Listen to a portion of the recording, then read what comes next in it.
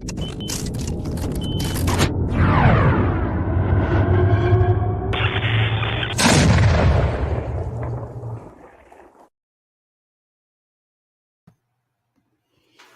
guys, thank you so much for waiting for us. I'm Katie Roome from Periapsis Press, and my husband David will be with me in just a minute. This weekend has just been long, and so I was hoping that the kids would just crash as soon as it was bedtime, and of course they did not.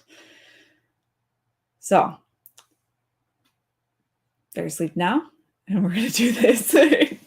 Hopefully we won't be up too late here. We're going to try and keep the discussion pretty brief. We just want to talk about a few things that we saw on Twitter that sort of relate to some of the things that we've talked about before, like AI art, book covers, and EVS had kind of a little controversy that had some distinct differences from the objections that we had to Matt Walsh's statements. So we wanted to talk about that a little bit. I'm just going to say hi to everybody whose name I see in the chat and hope that you guys are all still around. John Douglas, hi. Timo, Skunks Workshop, and Doug Wise, and Patrick. Thank you guys so much for coming. So I don't have for you guys a upcoming review. I missed by like one day sharing with you guys my review, upcoming review for Where Cats Emergent by Mark Engels. So I've already written this review. It's already up. Really nice story about shapeshifters. Very, I felt like this was a really good mix of urban fantasy and sort of your like coming of age teenage girl story. So there was a lot of, because there were two viewpoint characters, and so there was a sort of a balance between those. There was kind of a medical thriller / coming of age / like, you know, your generic shifter tropes. So I really enjoyed it. I really got caught up by the end. I was worried about the pacing because it kept ramping up, and I was like, I don't have that much left. How is he gonna pull this off and like provide me with any kind of resolution? But he did.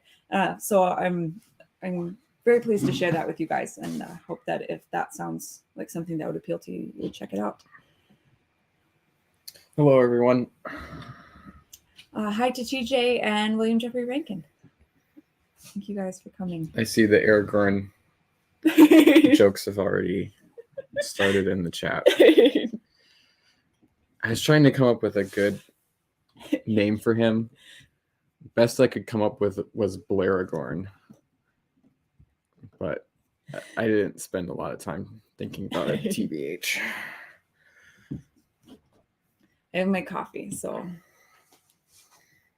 hopefully I'll be able to stay focused and not get jittery. You mind if we not at all. This a little bit too? I can. Yeah. I can watch mine, but yeah, Doug Wise says it was bait. Yep. Yeah, it's bait, and that's why I didn't spend a lot more time thinking about it. I think the reaction should be ha ha ha, and then ignore it. Yep. I saw some people going back and forth with people who were arguing about whether Numenorians could have been black, and I'm just like, you got to just let it go. Yeah. There's no. The problem is that they can play two cards, right? And they'll switch between them. Mm-hmm. It's like, skin color doesn't matter, Mm-hmm. or it does. Mm-hmm. And depending on what works best for them Mm-hmm. in the moment. And they can try to argue the scholarly, like, oh, you know, Numenor was near the equator, so Aragorn could have been black side of it, and then at the same time argue that it doesn't actually matter, right? So there's really no reason to engage. The target audience is not us. It's an enemy institution at this point. There's no reason to yeah. Timo says it's rage marketing. Mm-hmm. Oh. Yeah, never in good faith. Mm-hmm. Okay, so where would we like to start? Do you want to just sort of briefly talk about EVS and then move on? Oh yeah, and I was gonna try to find the actual tweets. Oh, the one that we're talking about. Yeah, just to make sure that oh shucks, and I was gonna retweet the stream link here. Oh, maybe it was earlier. Was it earlier today? No, where is it?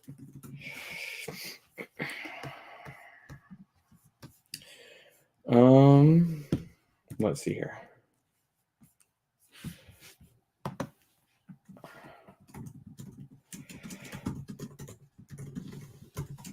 Okay, so let's see if I can find and you're gonna have to send me the link so I can share my screen. Oh, I'm sorry. Unless you're gonna. That would be great. Let me. Unless you're gonna, if you've already found it. Nope, I was just looking. Let me invite my husband to join. Yeah.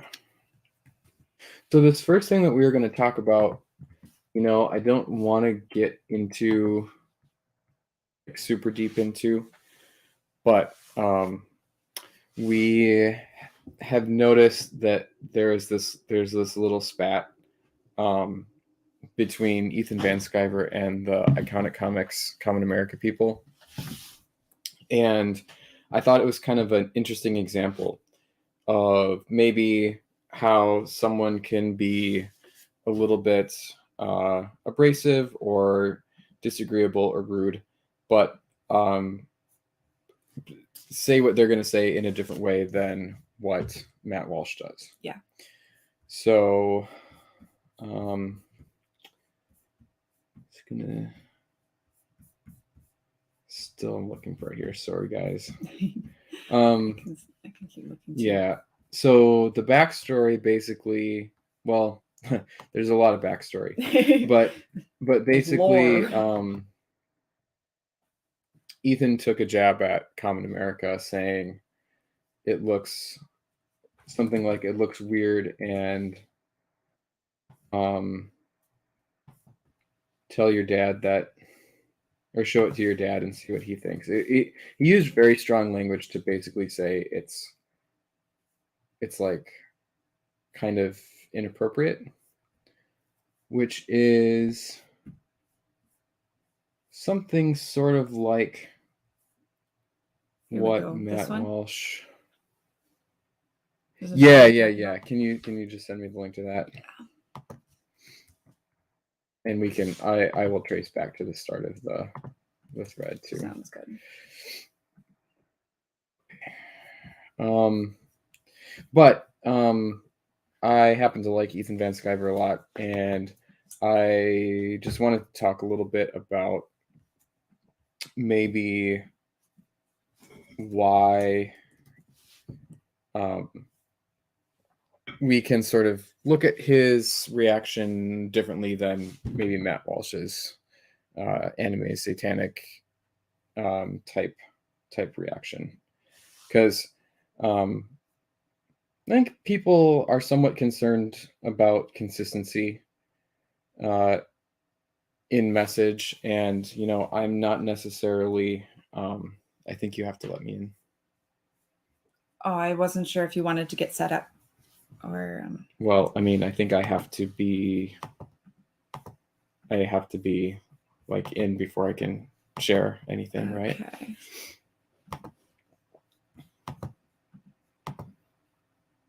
There, how's that? Good. Okay. Okay.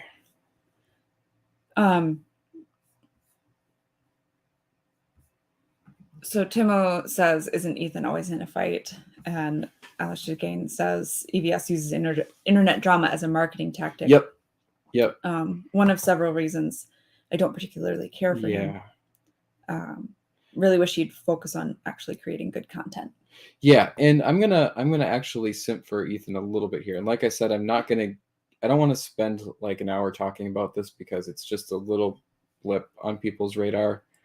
But I wanna say some positive things about Ethan, because especially from our little circle, little circles, I'm seeing stuff on both sides, and I just wanna share my take on it. Not a big deal. For what it's worth, I am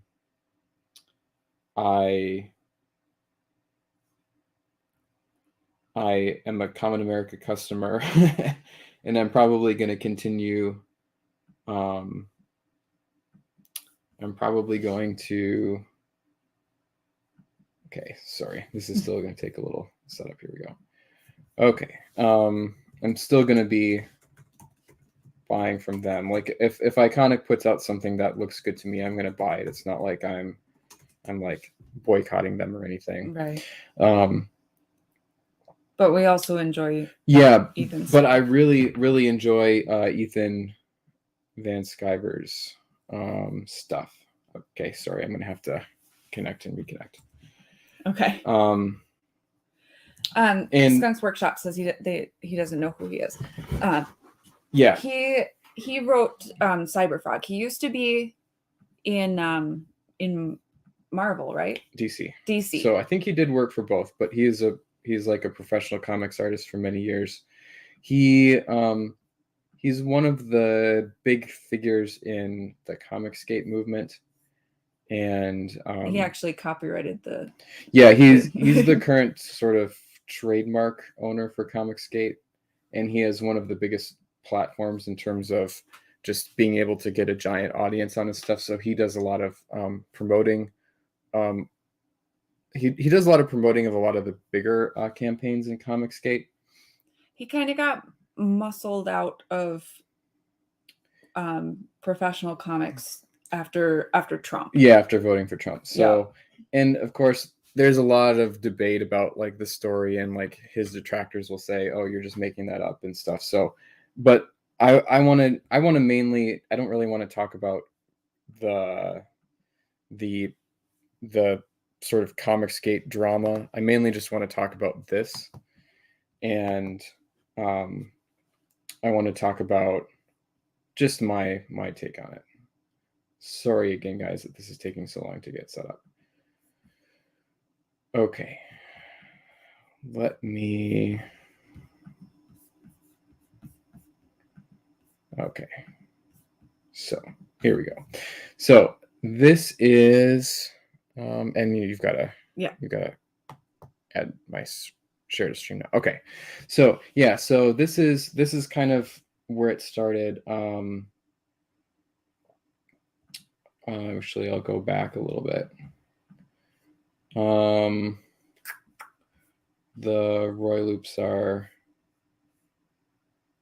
raising heck, and then Ethan shares a silly page from Common America. I forget which of the books this is. And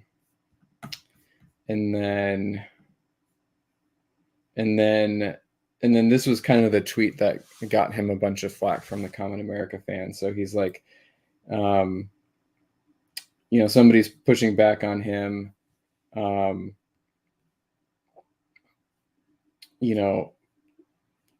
saying that Common America is meant for girls. And Common America is the comic that, like the big comic that Iconic Books puts out. They do some other stuff, but he's like, nope, this is for girls, little girls. A man who's reading this material is effed up.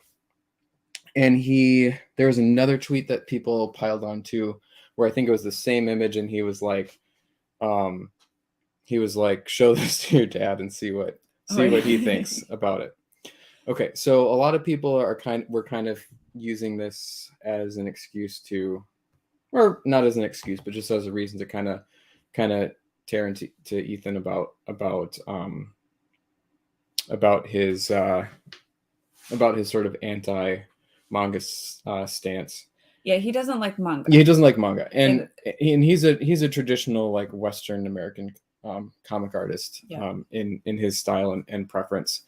So, there's sort of a comparison here to Matt Walsh, right? That's where we spend so much time kind of ripping on Matt Walsh. I think some people might think, okay, well, why do you stand by, or why do you like Ethan Van Sciver when he's kind of doing the same thing? Okay, so first of all, I mean, I don't have to defend everything a person says, right? I think this is a little bit extreme, and like, his comments about like, show this to your dad, see what he thinks, kind of implying people are pervs for reading Common America, I think is a little bit extreme. So I'm not going to say that.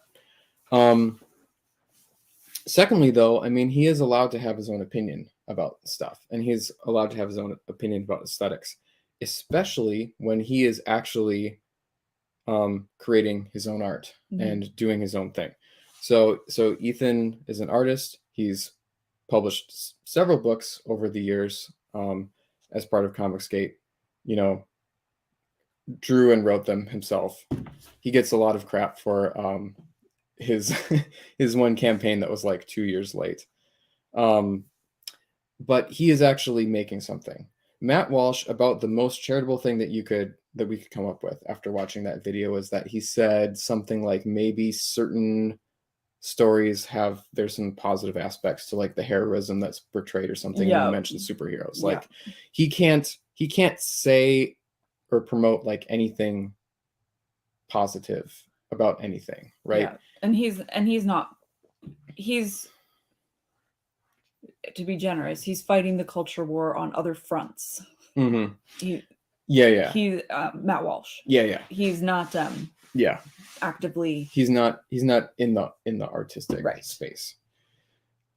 Also, Ethan doesn't just promote his own stuff, he promotes tons of other people's stuff. So there's sort of an inner circle of larger Comicsgate creators that he's constantly promoting.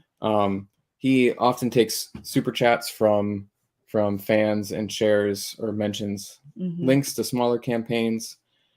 He picked up on the story of Hans Schanz's campaign getting banned and then moved to Fund My Comic. And he put a lot of coverage on that. So I think for me, while I might not like this, I might not share the same opinion. Just being somebody who does something positive, in my opinion, makes this kind of thing a lot more tolerable. And I think Ethan is expressing a strong distaste here, but he's even qualified what he said. Like he tweeted later that he likes some manga. He thinks it's in general good. He has plans to do a collection of the black and white Cyberfrog art in like manga form factor, because he knows that it's something that appeals to a lot of people. But this isn't for him. He used really strong language to describe that his distaste for this particular thing. There's a history and a feud with Iconic that you can look into. I don't really want to get into that too much. I thought about talking more about it, but I don't really want to talk about that. Just wanted to point out that, in our opinion, you're going to get more of a pass for doing stuff like this when you're actually somebody who's actually contributing to the community. Yeah. Well, not even contributing to the community, because I don't know if to the idea of culture. Yeah, the idea of a not traditionally published. They have like he has a positive vision for arts in the culture, and is actually doing something about it. Yeah. He's not only promoting, he's actually creating himself. And this kind of tweet is abrasive, but it is putting forward his own vision for that, right? Like his idea of what that looks like differs from the iconic comics in that he is thinking of like what American he produces, comics. American comics, cool stuff, right? Like Yep. like the Cyber Frog. And so they're the more thematic elements of Common America alongside the sexy sort of manga And the sort of like little girl kind of stuff. Like I think this page in particular, you know, he's saying like this is for little girls and everybody's up in arms. But Yeah. like this page has actual little girls on it, yeah, right? yeah. It's just there. It's a different vision. So you could compare his statements to Matt Walsh's statements, but where Matt Walsh is just saying, "Don't be a man," EVS is saying, "I have a different vision for what art and culture would look like." And yeah, he's saying it in a way that makes people angry. And unapologetically, sort of, he has an unapologetic vision for what he likes and doesn't like, but it does include a, you know, here's a positive vision for here's the stuff that I think is good and what we should be making, right? And you know, some of this too might be you know, he does have sort of a vision of comics as being something for, you know, young boys especially. So this could just be, you know, just really a little bit outside of his vision for what he wants. And of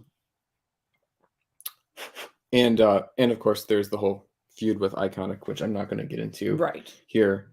But it is a thing, and I think I would just challenge people to look into it a little bit from both sides.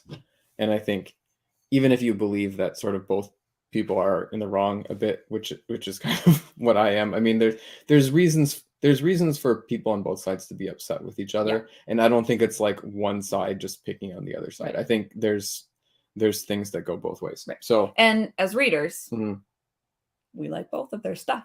We have Common America and we have Cyber Frog. And I would say too, I would encourage people to check out EVS's live streams. They're really cool.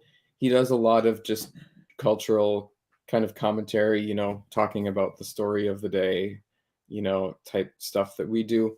But it's a little bit different than a lot of other indie podcasts, and there's a few things I like about it. So, first off, it's a total boys' room. Yeah, it's a boys' room. And they do occasionally have Irene. Yeah. Well, she's on there a lot. Well, okay, they have her on a lot, but like every time David shows me a clip from this, it's like completely boy humor. Yeah. But the other thing that's a little different about it is it's not indies or people who are doing creative stuff for a hobby. It's mostly professionals. So there are like some side characters, but like his main shows and his main streams that he does are with people who are like current or former like comic book professionals, and these are people who made and continue to make their living from doing this, which is interesting. It provides a little bit of a different perspective. Yeah, and you can learn. I mean, I've learned a lot about the history of comics from watching them. I found a lot of neat comics to read because of their stuff. It's very positive, so it's, you know, typically their shows kind of revolve around sort of a har at the, you know, story of the day, but then a lot of like actual positive promotion of stuff. And one last thing that I like about watching them is that a lot of the guys are older, and it sort of makes me feel good because I worry about getting older and not being able to do the things that I enjoy doing, which is like creating.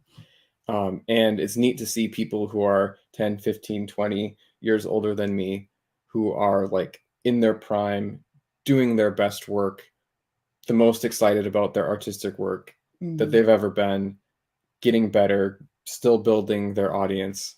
It That's gives you pretty kind cool. of a vision of where you Yeah. could be in 10 years, as Yeah. opposed, or 15, 20, as Yeah. opposed to like the sort of feeling that you get like, no, you've got to do it now. Yeah, yeah. Or you'll burn out or whatever. And they're all of those things are important, but it's it's just kind of a different take on things. And something that was sort of lobbed at different people with the Matt Walsh stuff was like, oh, well, if you listen to Matt Walsh's videos, you would see that his position about this is more moderate. And then like we showed, it's like we listen to his videos and he's taking a very extreme position. If you watch Ethan's videos, he's very positive. I find him very encouraging to listen to, honestly, compared to a lot of other like indie creator type videos. And I don't know if he ever talked, like I watch most of his streams and a lot of his appearances on other people's streams just because I really like listening to him. And I'm not sure if he mentioned this at all on a stream. Yeah. Like it's not like he's sitting on streams for hours like berating Iconic. He has other things to talk about. This is something that he tweeted out. And is not like a big part of his message. Yeah. So, yeah, I mean, give him a try. He certainly enjoys internet drama. I enjoy internet drama too. So if you don't have a stomach for that kind of stuff, maybe Comic Skate stuff isn't the best for you. But if you have been avoiding him because of his beef with Iconic or something, I mean, it's not like a big part of what he does. So. All right, I'm gonna stop sharing. I don't want that. And I can. There we go. And I'm just gonna leave the stream on my side. You don't want to have. You don't want to show other tweets for. Oh yeah, no. I'll stay in. Yeah. Hi, the Ultimate Kahuna. He says, "How do you guys feel about the strange conflict between some of the Comicscape people and some of the Iron Age people?" I'm curious to know who you're talking about, because my view of things, the Iron Age people in Comicscape have always been pretty friendly. It's the Pulp Rev people that I've seen push back on Iron Age. The Pulp Rev people don't like either Iron Age or Comicscape. Yeah. So obviously TJ does some pulp stuff, and I think I don't mean LaPointe. I don't mean like people who use the hashtag. I mean like the hardcore, like the people who were doing Pulp Rev back in like 2018, like Kursova and those people. Yeah. I think if that's who you're talking about, I think that they are just doing something totally different and kind of like hating on people, to be honest. they enjoy being a little abrasive. Yeah, if there's somebody else that you're talking about when it comes to Iron Age, I'm not sure. So I know, like with Iron Age, Ethan is good friends with, maybe not good friends, but like good internet acquaintances with Eric July, and they've kind of cross promoted each other's stuff. So, and Eric July is pretty tight with the Comicscape people. Ethan promoted Razor Fist's comic. Mm-hmm. So in the past there was like a falling out between Ethan and George, but Ethan and George Alexopoulos. But Ethan and Razor Fist are friendly, and they had a really nice stream the other night. Ethan really thought highly of what was it, Ghost of the Badlands? Yeah. And he thought the art was really good too. He had nothing but good things to say about George's art. So I guess I'm not sure about which fight would be between the Comicscape and Iron Age. I'd love to find out more about that, because I enjoy some good internet drama. William Jeffrey Rankin says, so many factions I need a program to tell them Yeah. apart. And Ultimate Kahuna says that it's kind of odd that the pulp group would be at odds with Iron Age. Yeah. But I think it goes back to our drama with Jeffro. Well, it goes back before then. Oh, yeah, I know. But like it's that same sort of. Yeah, I think the pulp people, they tend to sort of see themselves as bearers of the flame of a sort of true kind of thing. Like, they tend to see pulp not just as like a good thing, but as sort of a superior medium. We saw this in Jeffro's unhinged rants, where basically modern stuff that is not coming from what's his face? I don't even know. The canon. Well, yeah, but that specific person. Oh. Yeah, it doesn't matter. Dunsany? Dunsany. They sort of demand that there's like this canon and things have to sort of fall in line, and stuff that is like, say, following after more recent like innovations or departures from that is just necessarily bad. I'm not saying that this is like something that everybody believes, but that's the tendency. And then I think a lot of people just really hate Ethan for being late on his campaign. It's so bizarre to me. Yeah, so like, coming from like out of reading Tradpov novels, right? Yeah. Like where you wait for a year and then they put it off because of something, and you just never know until it ends up on their shelf. Right? And there's I think some of that, the way I'm going to tie it into the pulp thing is that there's, the pulp people, they have this idea of like pulp speed, which is, you should be able to write fast, and, we don't want to get hung up on writing and revise everything to death, which is all great. That's all well and good. There's that stands in a nice contrast to, sort of modern hokey arty writing that says everything has to take a long time to be good, etc. But then at the same time, I mean, part of what I think is nice about indie art is that people can take the time to make it right, and also take the time to do other interesting projects. So like with Ethan, I want to say it was like 2019 or 2020 that he had his campaign for Wrecked Planet Cyberfrog Volume 2, and then it ended up being like 2 years after that before it's like shipping, or like 3 years, because he gave it like 1 year or something, and then it was like 2 years late or something. Well, in the meantime, he's promoting all these other people's campaigns. He's publishing other people's comics under his imprint.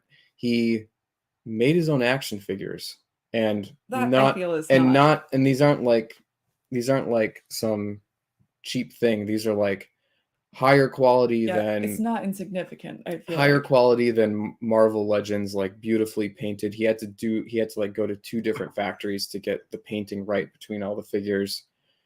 Cost like $1 million, right? And he's since admitted, like, I bit off more than I could chew with that. And for his next campaign, he's trying to get way more of it done before he even launches it. So, but like, when you hear him talk about this, he's like, it ended up being long. I could have cut it short, the book short, and put it out earlier. But I had a vision of what I wanted it to be. It's my art. I'm sorry that it's late, but I wanted to do it right. And to me, that's kind of like, it's a weird thing to make your brand, on time books or whatever, when, it's not like a case of being lazy. It's like, right. I don't know. I want to live in a world where independent creators can sometimes take extra time to do things right. Mm-hmm. And I mean, too, this is like, he's coming out of being a professional comic artist, where basically you have to dash stuff off, on a deadline all the time. So he finally gets to do his own thing, and he gets to do it the way he wants and take his time, right? That's cool. Yeah. So I don't know. I think that might be part of what's going on there with the Pulp Rev versus Comicsgate thing. I don't know. Do we get any update on what if the potential Iron Age versus Comicsgate beef is? A couple of nice comments here. John Douglas says, if we don't forge a literature future for ourselves and our kids, our ideological enemies will do it for us. Yep. And our values will be forgotten. Yeah, and I would say that idea, I think, is something that a lot of the people that we're talking about here share. I think Iconic thinks that. Certainly EVS and the Comicsgate people believe that, right? This is something, and I think a lot of the Iron Age people believe that too. So I think it's something that we can all unite behind. Yeah. And SC Vincent, what I like about indie art is that people can make their own rules. Yeah. If they want to go fast, they can. Slow, go ahead. Yeah. And Timo says, that's my only real problem with the Pulp Rev people. They act like everyone has to follow their rules. Yeah. And I would agree with that. Well, and I mean, maybe people do have to follow the rules if they want to call themselves Pulp Rev. I mean, that's fine. I mean, if you have a movement, it's fair to. I absolutely don't have any problem with people having their own movements and gatekeeping them. I mean, Comicsgate, and especially Ethan's sort of inner circle, is its own thing that I have no aspirations of joining because I'm not a professional comic artist and I don't make comics, right? It would be silly for me to go around putting the Comicsgate hashtag. I still think they're cool, right? And I can kind of do the same thing with Pulp Rev. I appreciate what they do. I don't appreciate when they insert themselves into other people's conversations about about what makes what books are worth promoting or reading, like Jeffro did for Katie, any more than I appreciate people like Larry Correa trying to tell people that they have to write for money or whatever. It's like we can all get along. We can have our separate groups. We can have different ideas. Let's not jab at each other too much. All right, so we talked for way too long about that. What's the next thing? Book covers. Oh yeah. Touching on AI art controversy. Yeah. As well as Jim Butcher's new cover. Yeah. So I'm gonna find the thread here.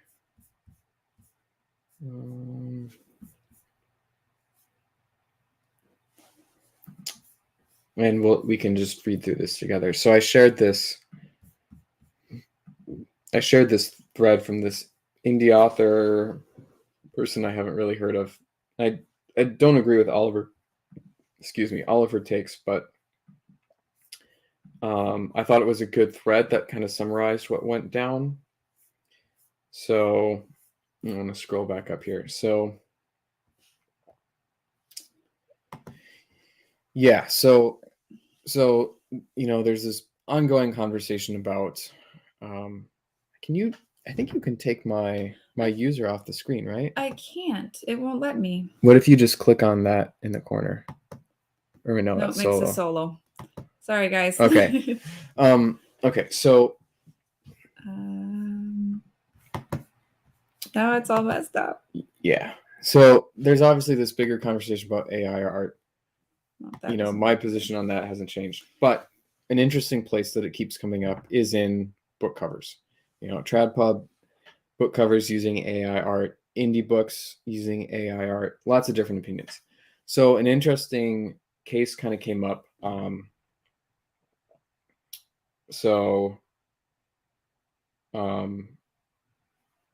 There's this conversation about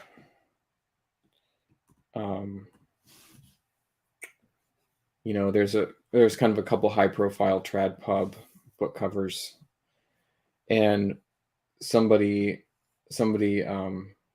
I think this is in the context of this self-published fantasy book context or contest thing that I'll get into here in a second. But somebody's just saying we need to have a conversation about using AI for indie covers and marketing. Art is expensive, but artists are worth the money. We'll get into that. Should we be marketing when it's undercutting, using it for marketing when it's undercutting artists? I think we need to support human artists, blah, blah, blah, blah, blah. Okay, so the reason that this came up is that there is this self-published fantasy, and just sort of just double check. So self-published fantasy blog off. So it's an annual thing where a bunch of self-published authors can submit fantasy books, and I believe a bunch of bloggers kind of read, share, vote. I think there's 30. Yeah. Bloggers agree to split them up and Yep. read them. And yep. And basically what happened is that there's this book called Bob the Wizard, and they ran a cover contest this year along with the book contest, and this book won the cover contest. And then people started saying, wait a second, this looks like AI art. And I think it's funny just how fast things have changed in the last few months. Like, since we've started talking about this, I feel like when we started talking about this, everybody's like, AI art sucks. And now the where the discourse is it doesn't suck anymore. It wins contests, and people start looking for it. And if a piece of art looks too much like potentially AI art, people will accuse it of being AI art without strong evidence. Yep. So what happened is they started finding specific things that are kind of wrong with the cover. The artist asserted that it wasn't AI art and provided evidence that it wasn't, which people quickly shot down as questionable. And then a lot of people started digging into it, finding lots of compelling evidence in the piece itself. And then I think the final straw was that the artist gave a Photoshop file, and basically it didn't take a very long time, like Deborah here is saying, for people to dig into the Photoshop file and find very compelling evidence that it was assembled from AI art generated images. So it wasn't a total just like complete, one image is my understanding. It's not like it was like one image and then just slapped in there. There were like several layers and stuff, but a lot of stuff was AI generated. And I think obviously, if you're going to use AI, don't, when people ask if it's AI, don't say it wasn't and then lie about it to the point of making a fake work in progress. Right? Like, don't do that. And then the artist disappeared off of Twitter. And the unfortunate thing is that the author was under the impression that the cover was not AI art, asked it to not be AI art, which is understandable because there seems to be like a very big backlash to AI art here. Now, I will say this self-published fantasy blog off thing is not exactly our scene. Right. It is not necessarily a bunch of conservative people who necessarily have the same ideas about like what's wrong with mainstream fiction and maybe why we're writing fiction or whatever. So I don't want to say, this is representative, but it was like a pretty big backlash. So I think that's just something. So here's the author of the book. He believed that there wasn't AI art in the cover, but then confronted with the evidence, he had to admit that it was. People dug up lots of evidence on Discord that the artist was doing this kind of stuff for a while. It kind of, this kind of thing is like an example of what we were saying, kind of, I think in our first AI stream, that you have to be aware of the reception from your particular audience. Mm-hmm. We have moral qualms about AI. And not everybody does, right? Not everybody does. Like that Rob Cruzy thing that we talked about. Like basically all of his fans were just like, yeah, use AI art, that's fine. Right. And that's fine. They can do that. We're not calling them bad people or right. anything. That like we're coming from a position of there's dubious methods of collecting the data that then goes into AI. But one of the things that we said was, if you decide to use it, you need to make sure that your audience is okay with it. And with Rob Cruzy, they're okay with it, right? Yeah, yeah. Get some idea of it, of that. Get some,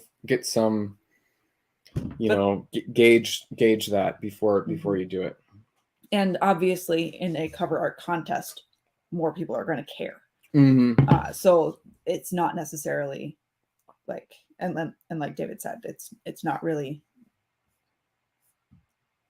there's not necessarily a lot of overlap between the people who were upset about this particular instance and any indie author's target audience.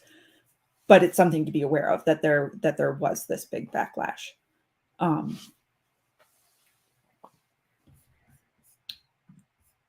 Did you have something else that you wanted to talk about? Well, you finished your thought. I think I finished my thought. So okay. I was just gonna check back on the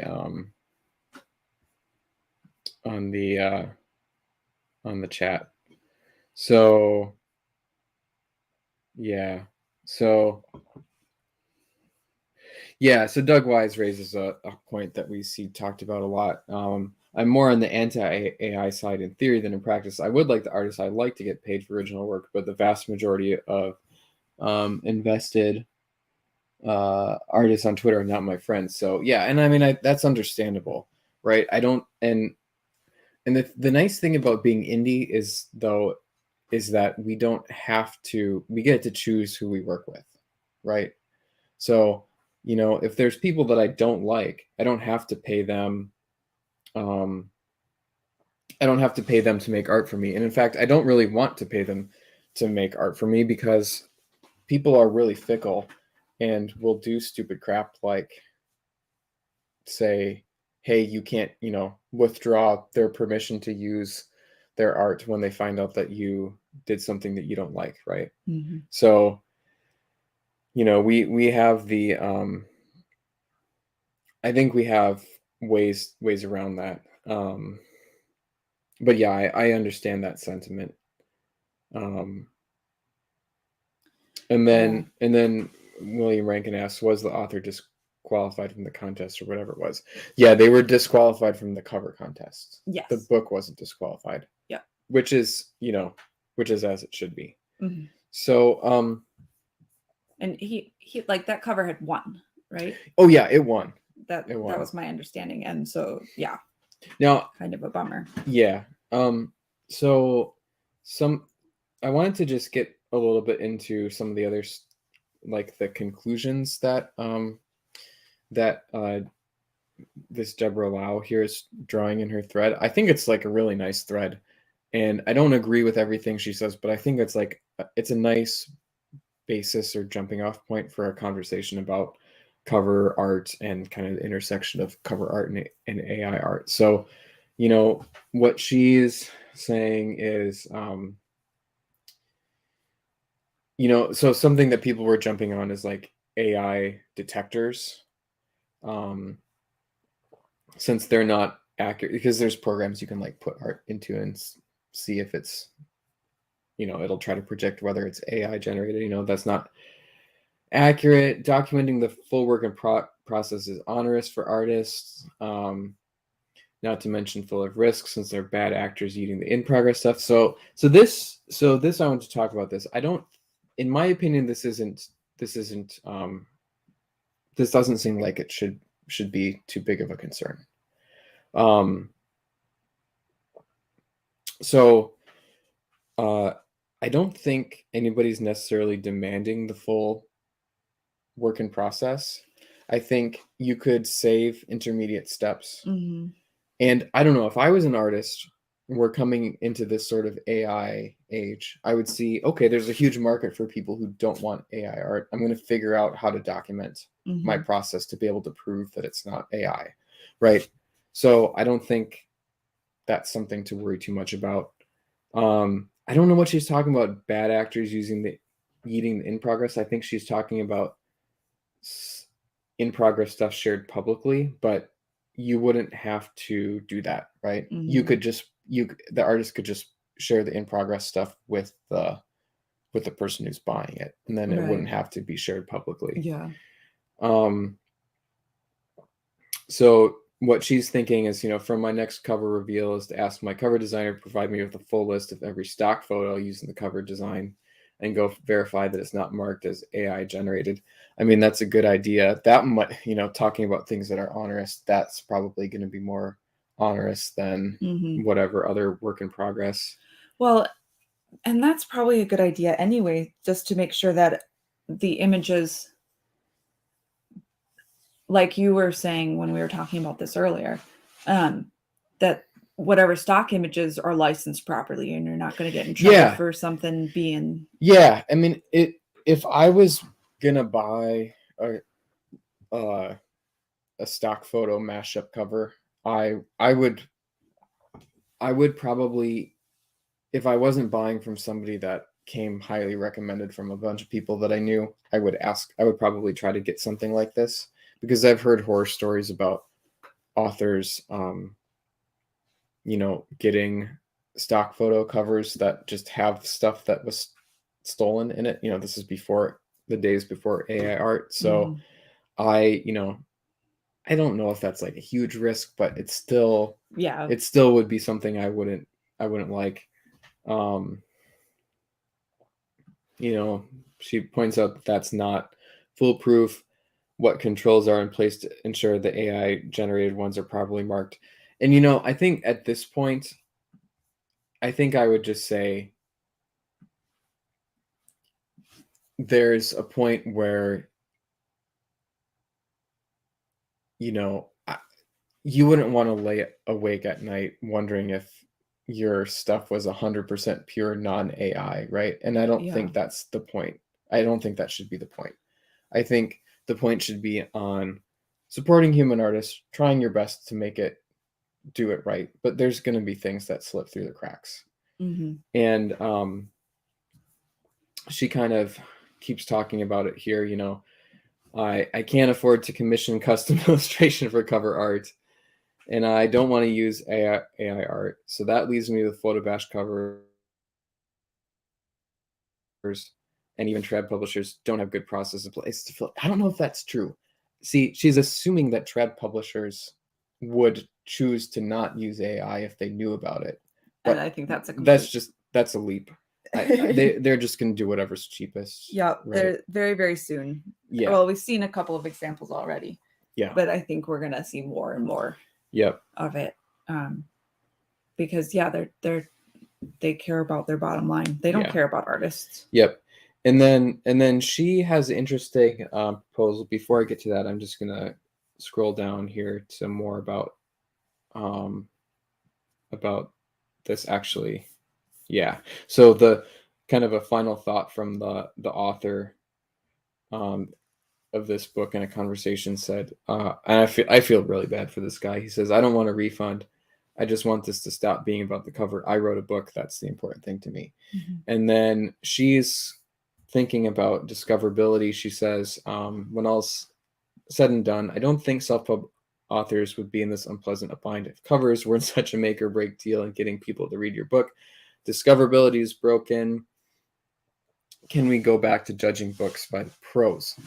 Now, this is really interesting. And I want to say right off the bat, and she has an interesting video so where she proposes a solution. So good on her for doing that. I think this is one of those situations where it's like, it's really great. It's good that you have identified this as like a problem. You're coming up with potential solutions. Mm-hmm. But at the same time, I think this is kind of one of those like fundamentally hard problems that is not solvable, Mm-hmm. right? It's not that covers are such a make or break deal. It's that people are visual, and this is my belief. So if this isn't like, I'm not taking this from some other source or whatever, but this is my mental framework, and which is guiding my own creative work right now. It's like people are visual. You're not gonna in this modern age, you're not gonna get discoverability by prose, right? Unless it's something that you can put like in tweets. It's something that you can put in such a short tweet. You're not going to be able to convey a meaningful amount of information about your book for promotional purposes any other way than visual art. Yeah. And this is why comics work so well on social media, and why it's so hard to promote books. Mm-hmm. Is that's just a fact of life. Yeah. And you can kind of wish that it wasn't, but it's a fact. Mm-hmm. And I don't think it's going to be fixed. Like there's no easy fix for it. Mm-hmm. AI art is not going to fix it. So what she proposes is, when you have like a bunch of books that you want to read, instead of weeding them out by the cover, just try to read the first couple pages of both, and then choose when you run into one that's like noticeably more engaging than all of the other ones, read that one. So I think that's kind of a neat heuristic. I think there's problems there too. Yeah. If that was the only system that people use, people would optimize the first 2 pages of their books. Yeah. To heck, which people might already be doing. Sure. But yeah, to get that punch. On Amazon. Yeah, like in the like in that the preview. Sneak peek preview. Yeah. That's what it Yeah. is.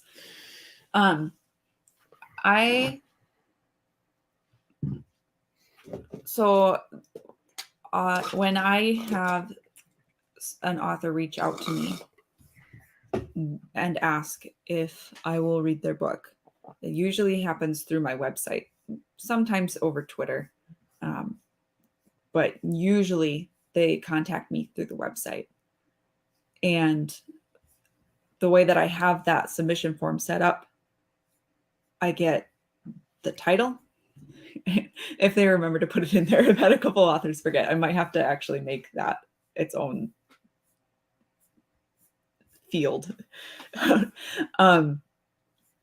the blurb. And I don't have a way to see images right now. So what she's proposing is like the first chapter of a book. What I've got actually just the first 2 pages. First 2 pages, sorry. What I'm getting is a blurb, which is not visual. And again, you have to be good at writing blurbs, as well as have good art. And like, that's just the multifaceted nature of writing a book. But when I then have the hopefully EPUB on my Kindle, and I can see and browse by cover, I'm often surprised by what the cover looks like, because I haven't been thinking in that mode, for good or ill, right? But kind of the way that we feel with indies is that you have a lot of freedom to get your product looking the way you want it to. Mm-hmm. And just because the bar is low, and it's low, really low, as evidenced by the Jim Butcher, doesn't mean that you should just hop over it with AI, right? Like, or with AI, or even just with traditional photo bashing or anything. Like, just putting in marginally more effort can take you like a long ways. Do we want to transition into? No, I have a little bit more to say about this. Sounds good. So, kind of continuing off of what Katie said, I think what I would sort of describe as my vision for the solution here is that I think, and I don't mean to say that, well, okay, so actually one other thing I wanted to talk about too is that and I hear people say this all the time, they say discoverability is broken. Okay, what she means is discoverability is broken for you, right? Because indie authors are getting discovered, right? If you go on Amazon and you go to the top 10, top 100 or whatever in any category in Kindle, it's mostly indie authors. They're just the really big ones, right? So there's people are discovering indie authors.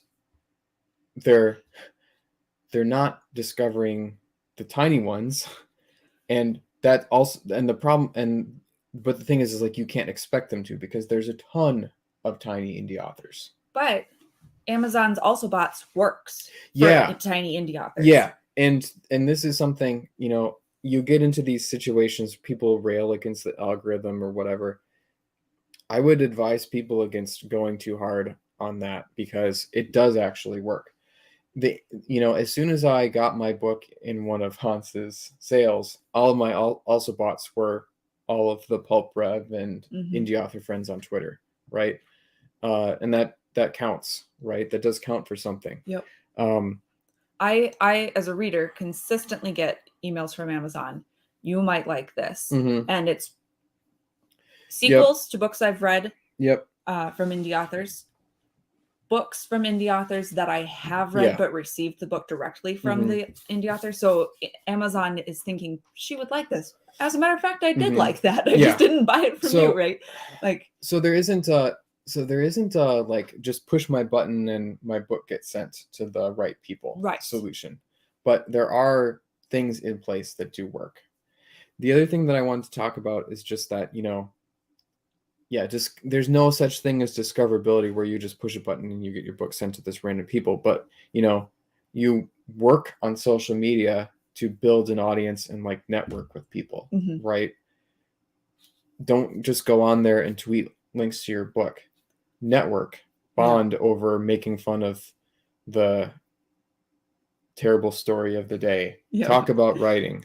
Read other people's books and review them.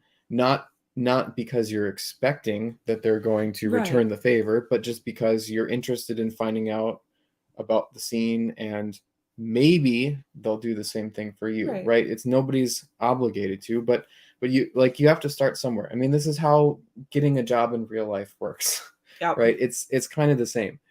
Well, and a perfect cover is still not that magic button. Right. I'm discoverable now. Right. That's the other thing I want to mention. So if you launch your book, you have maybe a little spike in sales and it goes down to nothing. Like, you're sharing links on Twitter and every couple months somebody buys your book. Slapping the best cover in the world on that book is not all of a sudden going to start it selling, right? It only works if you're already driving clicks to that through, a ton of impressions on Twitter. And I mean, that's not going to work. You'd have to have an audience of tens or hundreds of thousands of people to drive any meaningful number of people to a book. Or you're running ads, or you have a big YouTube channel or something. So it's really not a solution. What I do think is a solution, though, or something that indie authors could do better, is build a visual brand, right? So if like the only thing that people ever see on your Twitter is, you know, you retweeting random stuff and then like tweeting links to your book. You know, the only sort of visual thing that they're going to see of your brand is your book's cover. If you only have a couple books, you only have those couple covers. Think about how you can sort of build a personal visual aesthetic, right? This is something that I've tried to do, and a couple of people, I wouldn't say a lot of people, but a couple of people on Twitter have said that they kind of have this understanding of like something that visually aligns with my work and my style, right? And it takes a lot of work to do. Another thing is like maybe think about how you could either commission extra art or do more art than just your cover. So you can start building this kind of like portfolio or collection of art that represents your work. That's something that I'm working on right now. Like this is basically the main thrust of my creative work right now is to do that, because I think it's really important. When I launch a book next, and I am outlining and plotting a book right now, is going to have an assault of the craziest visual art that you've ever seen to go along with it. It's not going to be a comic, it's going to be a book, but there's going to be a lot there, because I think that's the most effective way to communicate what my stuff is about. And the book is still the book, right? But I don't think there's a better way on social media to promote. So, you know, it's like I understand the sentiment and good on this person for suggesting alternative ways, but I think at the end of the day, this is kind of how social media works, and you can either wish it didn't, or you can think about how you can work within that. And I mean, I don't think you have to think of everything either as I'm just doing this for social media. Like I want to have this collection of visual art by me and other people that represents my project. I think that would be a cool thing to have and to pass on to my family and my kids when I'm not around anymore. So Michael Caine wants to know. Yeah, like, both. I haven't commissioned anything yet, but we are, both Katie and I are like budgeting up a lot for like commissions towards this in the future. And that kind of goes along with what we've said too, but like we're not necessarily in this for the money. So our thought isn't necessarily this has to like have an immediate return investment wise. And I would kind of encourage other people to think about this that way too, right? Especially if you're just doing this for a hobby, you know, and you're like, you're putting out books, you know, don't think, oh, well, I can't spend this much because my book isn't going to make that much. I mean, obviously don't like do anything financially silly, but I mean, lots of people have expensive hobbies. And you know, if you really like I mean, and I'm saying this, you know, pay what things are worth. Don't spend, you know, don't spend $10,000 on cover art or something. But you know, just think about thinking a little bit bigger than what do I have to do to sell this book and make or not lose as much money as possible. Like you can think a little bit bigger. Yeah. Alistair Gain, I'm not a huge fan of the use of AI art for self-published covers, but I feel like I should point out that before AI self-publishers usually just scribbled a cover themselves. And I feel like that's maybe half true. Right. That was quite a bit earlier that he commented that. Yeah. I feel like people feel like they can't do something themselves. But something that David is doing is like teaching himself Yes. to do stuff so that he Yeah. can, right? I mean, how many indie authors studied writing, Right. like in school? Probably not a whole lot. And I understand that not everybody's passionate about visual art, maybe as Right. much as writing. But, you know, how about even if here's like, and we'll get into this a little bit more because we're going to talk a little bit more about cover design. But, you know, okay, so say you're spending, you know, I don't know what stuff is going for these days, but like a few years ago, you know, you could get a pretty good quality. You can remove, you can I'm just gonna send this back if you want. oops. A few years ago, you could get a pretty good quality pre-made cover for maybe like a sort of a generic pre-made cover for something like $100, you know, where it was like a stock photo mashup, and then they would edit the title for you. And then once you started getting into custom art, it would be more like $500, and then maybe like a custom illustration would be like $700 or something. Let's see, where was I going with that? I'm not sure. What was the last? Sorry, I totally lost. We were my train talking of thought. about artists sketching. Oh yeah. What I was gonna say was, if you're gonna spend more than a couple $100 on a cover, maybe like spend a few hours learning about cover design so that you can choose something that's good. Yeah. Right. Just because you're spending X amount of money on it doesn't mean that it's the right thing for your book. Mm-hmm. So you should, I think that, you know, whether or not you're actually making your own covers, you should spend some time learning about them to the degree that you can make some judgments. Yeah. Right. And then you can parlay that knowledge into potentially making your own covers or your own visual art or whatever in the future. I think, you know, I think I said this before, you know, writing a novel probably takes most people hundreds of hours. You could spend 10 or 15 hours learning about cover design, you know, maybe even trying to do it yourself and failing or succeeding. And then that knowledge is going to come in useful later. At the very least, I think people should spend some time looking at the covers in the different categories on Amazon. Yeah. To see what professional covers or covers for top selling books look like. Even if you don't want to do that, I think you should at least be familiar with what's out there. Yeah, we're gonna kind of get into this with the butcher cover, but there are audience expectations for the way certain books in a genre look.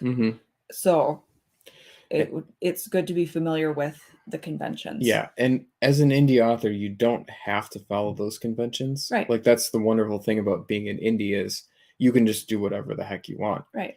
But I don't think that it's wise to do that really in any case without maybe knowing what conventions you're breaking. You know, if you want to have readers, I think probably most people who are self-publishing a book want to have readers. Right. I think you should at least be thinking about what those expectations are, and, you know, being informed before you violate them. Yeah. And you can totally say, I don't care. Right. You know, when somebody criticizes your cover or your choices or whatever, saying I don't care, I did what I want, it's my book, is totally fine.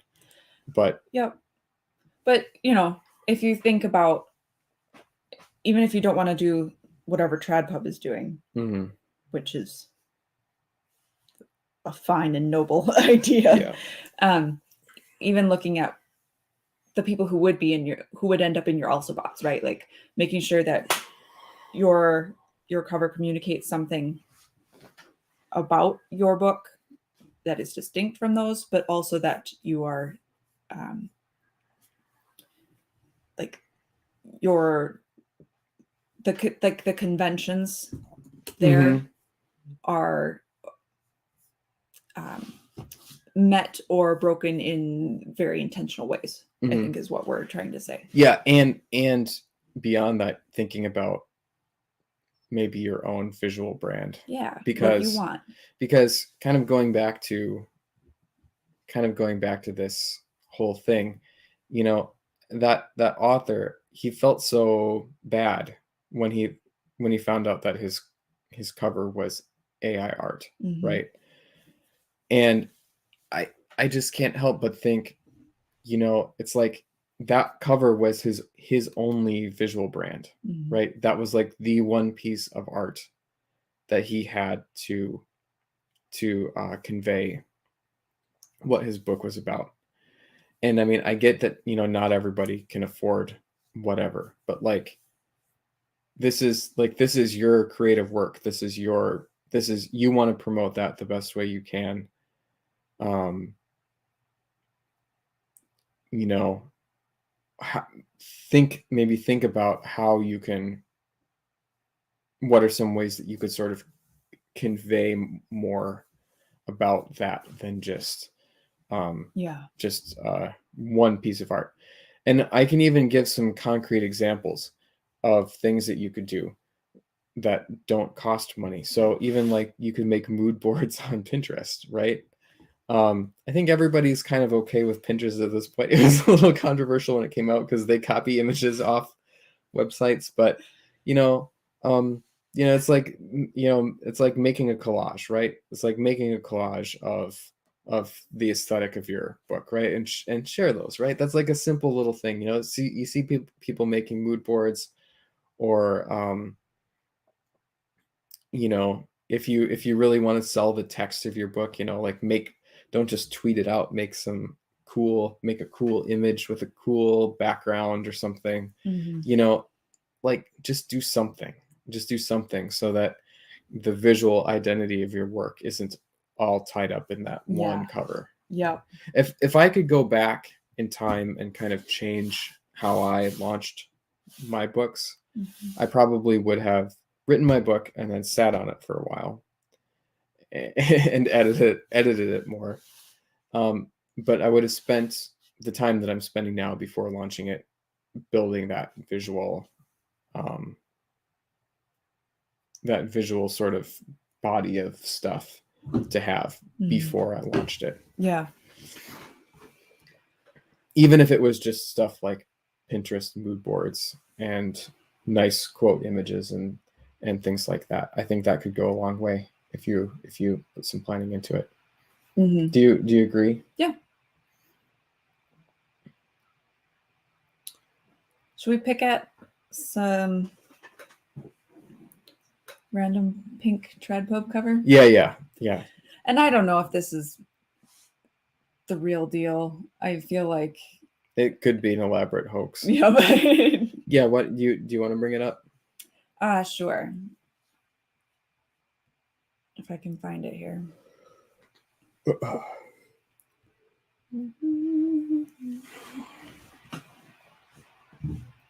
Yeah, William Rankin is talking about his Carnacki story covers, and he just used symbols rather than illustrations, but he made the covers really consistent, and I think they're visually striking and they look very, very professional while looking different. So that's a great, I think everybody should check out William Jeffrey Rankin's books as a good example of non-illustration, non-AI art. Not, I think maybe he's got one or two covers that are photo bash, like Invocations of the Submortal is that a photo bash or an illustration? Looks like a photo. He could probably tell us. Yeah. But very, very good, striking cover art. And I don't want to say okay, so he says Indications is photo bash. I don't want to say low budget, because I think he's doing something very intentional and very nice, but like a good example of how you can build a visual brand, a nice consistent visual theme, very professional, very eye-catching, very good quality. Yeah, no budget. Another one, and since he was in the chat, Michael Caine's After Moses book. I'm reading it right now. Oh, nice. That's Michael Caine. Nice. Yeah, I love that cover. Yeah, I think that's very striking. He could maybe talk about how, I don't know Yeah. if he's still here. You can see it in his profile picture. That's what it is. Profile picture. Yeah. It's a silhouette of like a Western. Yeah, it's really, really nice. Yeah, maybe he could tell us about cowboy. how he got that. Was that a cover that you commissioned, or was it a pre-made cover? Or yeah, I would love to hear more about it. Yeah, and in the silhouette is the and if you don't want to talk about it, that's fine too. Very, very. It does an excellent job of communicating what to expect. I feel really very nice. Okay, yeah, he ran a contest on 99 designs. Okay. So. I'm just trying to find this thing. Okay. Yeah. Which one? Let's start with the real one. Okay. I just want to throw that up there. Yeah. So I think, the theme,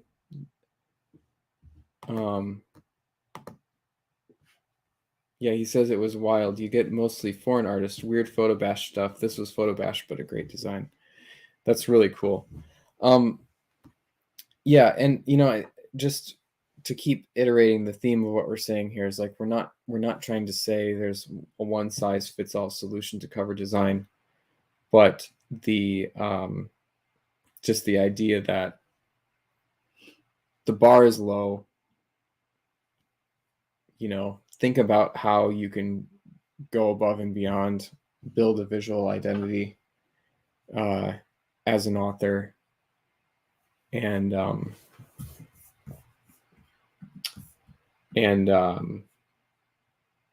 think outside the box, and you can do this while still being outside the box and kind of being independent and doing your own thing as an indie. Mm-hmm. Okay, so this is this Jim Butcher cover that's gotten a lot of hate. So this is supposed to be the sequel. You could zoom out actually a little bit so people could see the whole thing. You could just hit Control and minus. Control and minus. One more click and then you can slide up. Yeah. There. That's it. Mm-hmm. Beautiful, isn't it? Why don't you grab Aeronauts from this? So yeah, this is the second Cinder Spires book, right? Yes. I noticed actually one thing just looking at it on the cover, it doesn't actually say like Cinder Spires #2. It just says the Cinder Spires. Maybe it's like going to be a soft reboot. Could that be? Oh yikes. We were speculating about this a little bit over lunch today. So this got a lot of criticism, and the main thing that people were saying about this is that it looks like a YA fantasy thing. Yeah. Right? Now, female main character, girl boss, that kind of stuff. Right off the bat, I just want to point out that does not mean that it's a bad cover. It means that you can look at something and you can identify what it's supposed to be. Right. So you can say blah blah blah blah blah. I hate trad pub covers, but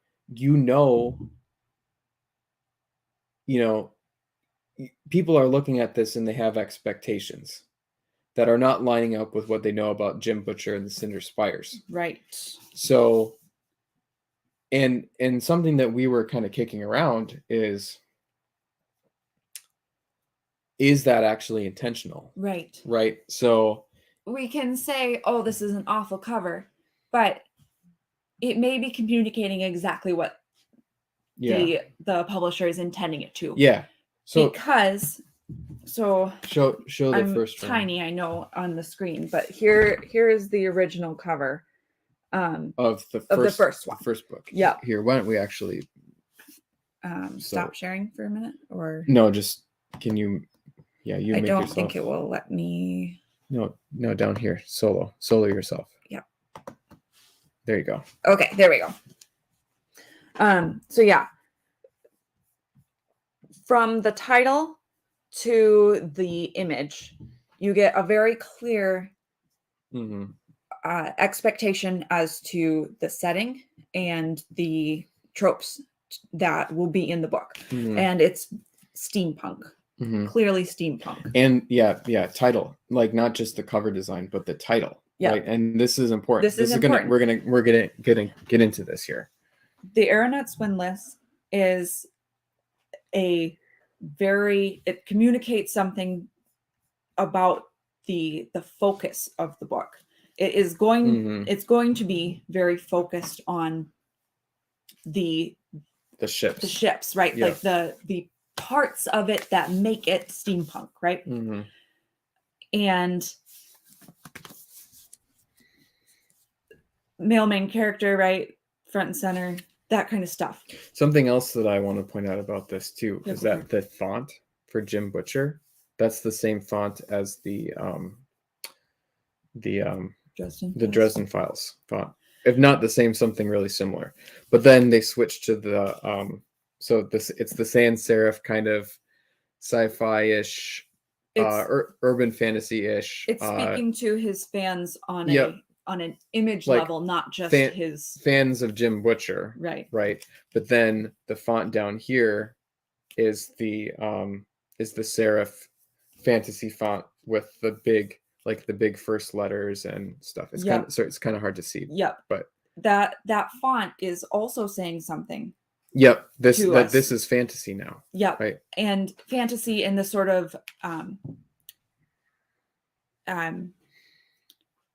thin and artistic. So that sort of artisan feel, not so much like Lord of the Rings but like steampunk, right? And then craftsmanship. Yep. And then we've got the cinder spires here, also in the sort of fantasy font.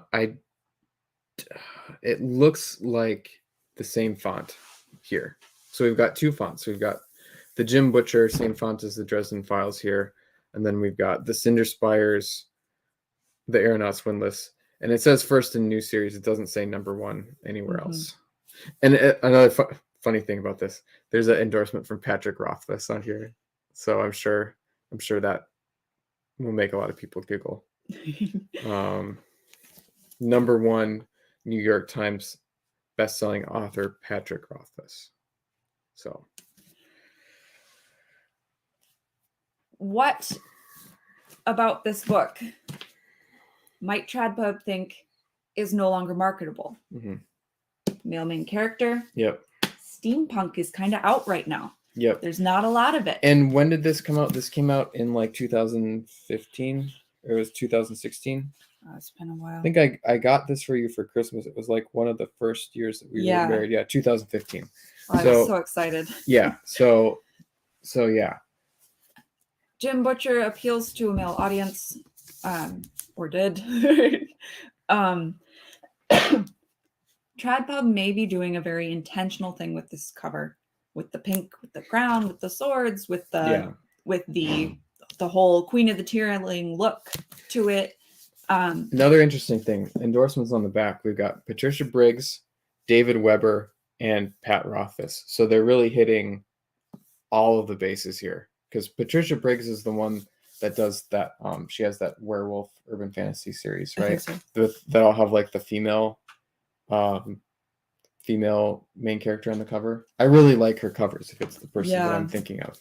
And then David Weber is the male sci-fi, right? And then Pat Rothfuss is the one that everybody likes for no reason. So you've got tying back to the urban fantasy fans. You've got the new, maybe hardcore sci-fi fans, and you've got the general, I'll just buy whatever crap they're shuffling at me.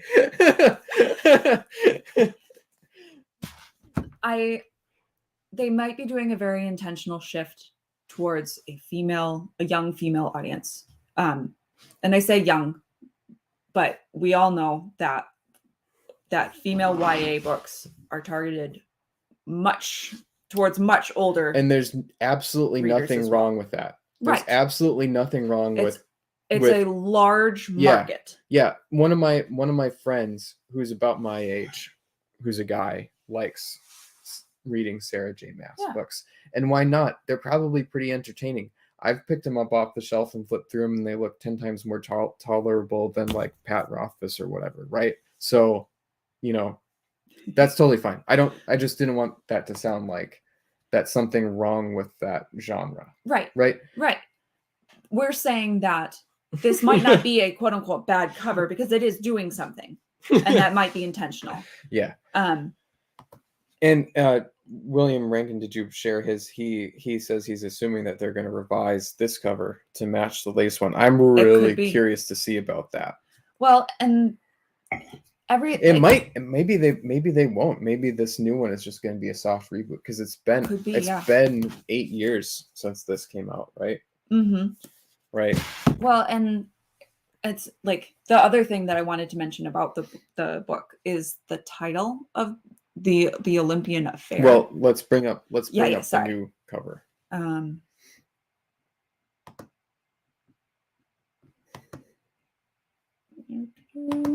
There we go.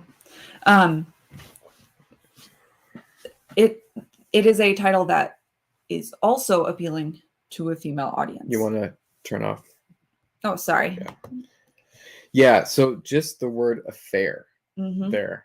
Even though it may or may not have anything to do with romance. Well, even just the sort of affair, like palace intrigue, kind of thing, right? And what is it? We've got crossed swords in front of a crown, so that to me is saying maybe something about palace kind of that kind of thing. And there's some butterflies in the background. Superman.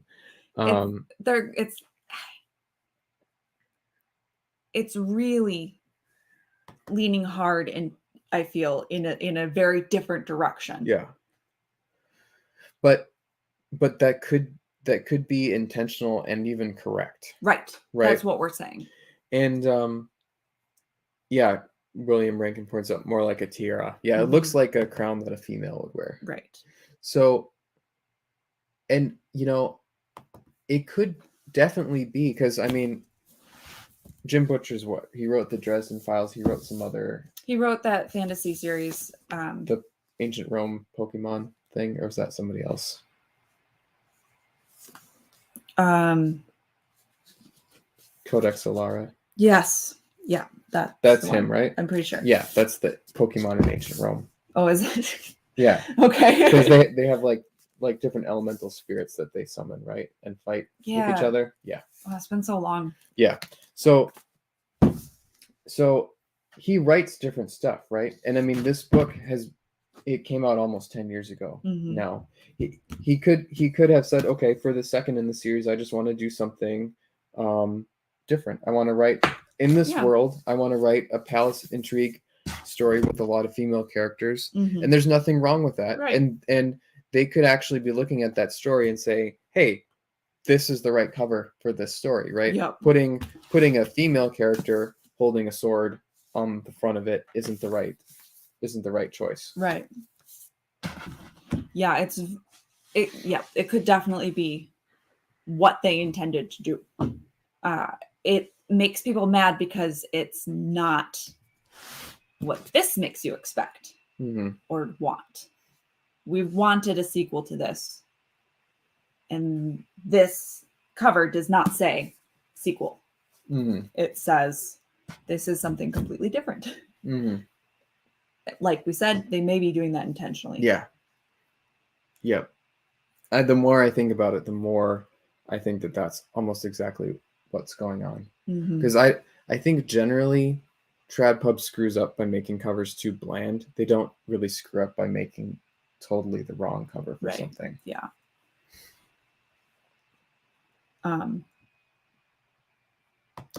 Butcher fans utterly confused. Yes. And another thing too is they could have a lot of data from the first book too, right? Like to me, this is like we're looking at this. This is obviously designed to appeal to his urban fantasy fans, to try to pull fans onto a new series.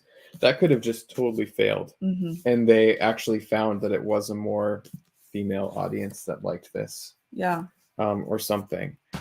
And they're just going to lean into that. They may feel that based on that data and based on what they know about current trends and then alongside that, the trajectory that they want to go as far as appealing to certain types of audiences, that something like this with a female main character and a more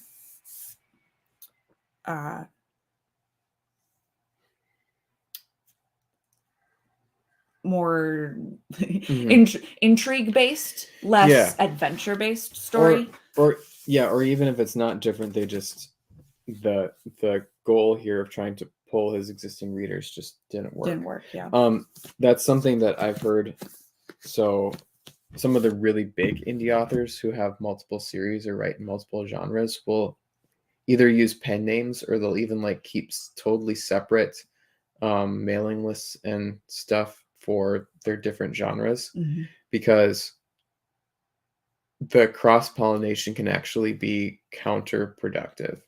You know, people will read in like certain genres, and then like if you recommend the fantasy book to the sci-fi readers, you're just going to get a bunch of non-conversions on the Amazon page, because they'll click and look at it, but then they'll decide not to buy it. So that drags down the Amazon recommendation algorithm. Or the people that do read it, they'll have like a higher rate of bad review, like, or it just doesn't, so that could be, it could even be just more of the same, but just the audience that they ended up having with the first book, it makes more sense to target it this way.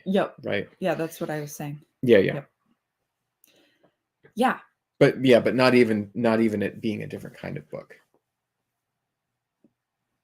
Okay. Sorry, maybe I just wasn't paying attention to what you're saying. Should we look at NRL points? Yeah. All right. I am going to share. Oh, interesting. So Doug Wise is looking at the Goodreads blurb. He says that there does seem to be male main characters and airships and all that stuff. Okay. Yeah, that would be. We'll definitely have to look more into this. I think it's an interesting case study. Were there multiple points of view in this book? Oh, I don't remember now. Because I really need to reread it. I tend to always have a very flat picture of a book in my mind before I read it. And it could be that there's just a lot to that book where kind of either kind of cover could work for it. Okay. Chapter 49 starts, Gwendolyn opened her eyes, and chapter 50 starts, someone shook Major Espira awake, and he blinked his eyes. So, yes. Okay. Multiple points of view. Okay. And there was a female point of view character in this one. I'm assuming that's right. Gwendolyn, So. yeah. Okay. So here is NR points. 10 to 15 minutes of work. Yeah. And this got 35 likes, bookmarks, quote tweets, 3 retweets. Yeah. 1 quote tweet. The quote tweet was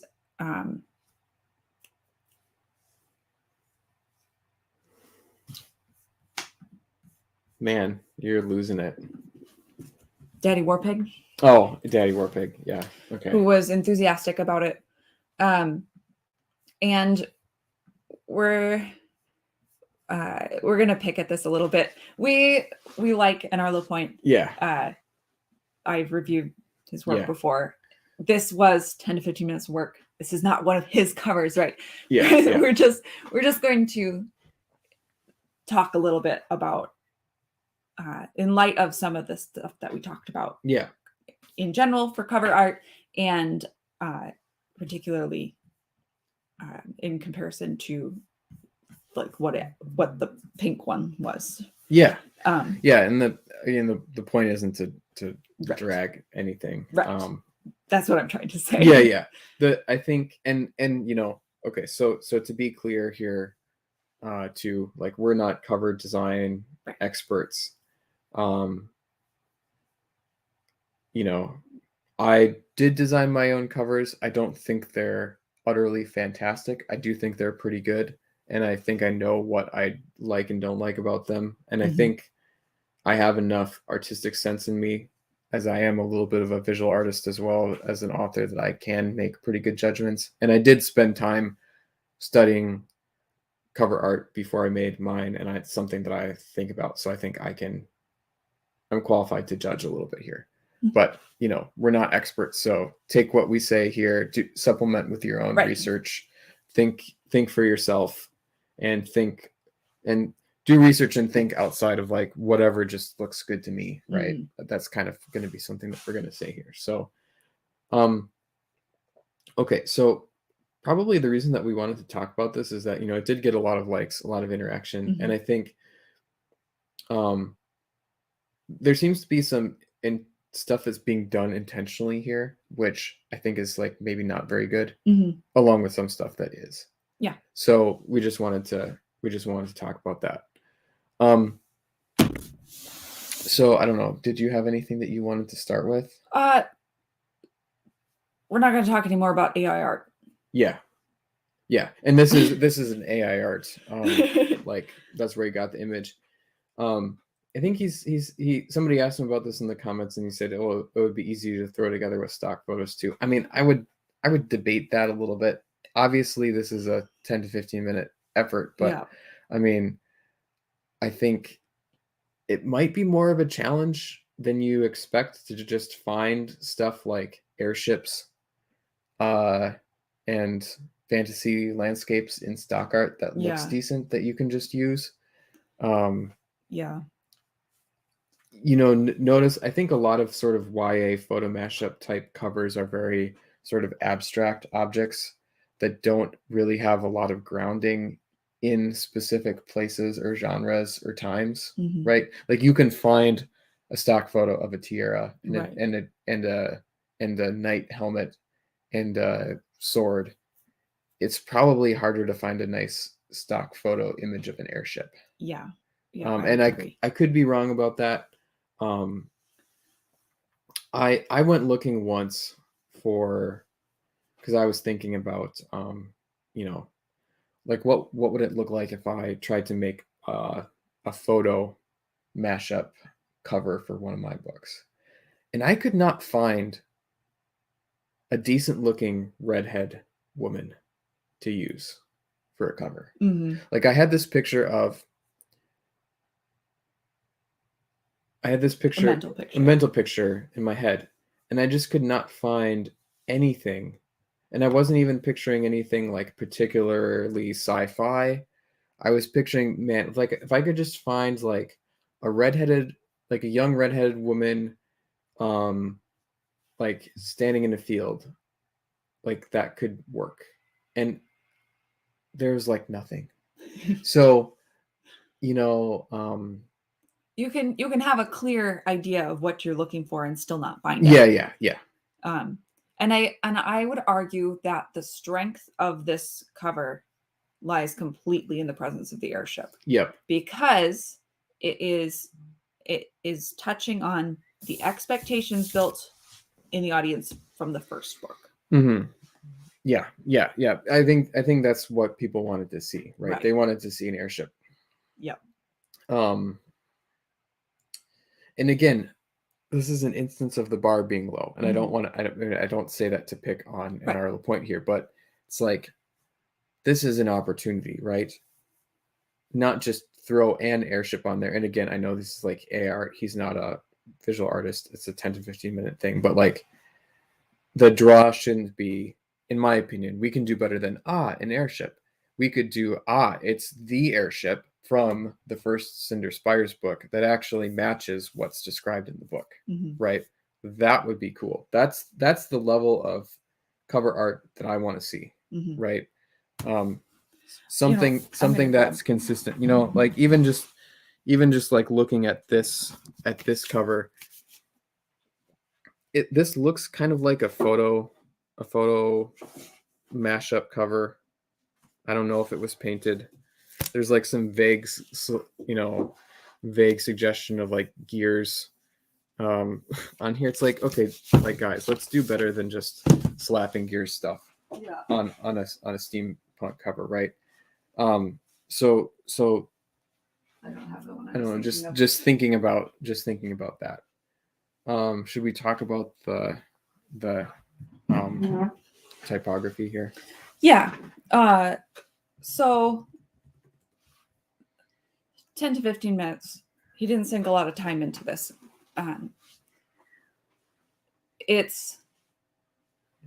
He didn't match up the Jim Butcher font. Yeah. Yeah. Let's just, for the sake of argument, let's pretend that Jim Butcher at the top is in the same exact font as this, because I think that's why he chose the font that he did, is he's trying to do the same thing where it's like calling back to the like 2010s, early 2000s Jim Butcher urban fantasy kind of thing. The font and the effects on the font on the title are a little bit odd. Yeah. The choices that he made. Just kind of a crash course in cover design here. Typically, well, again, like for fantasy, typically you have sort of flat or kind of stylized to look like filigree serif fonts. Mm-hmm. For sci-fi, you'll have sans serif fonts.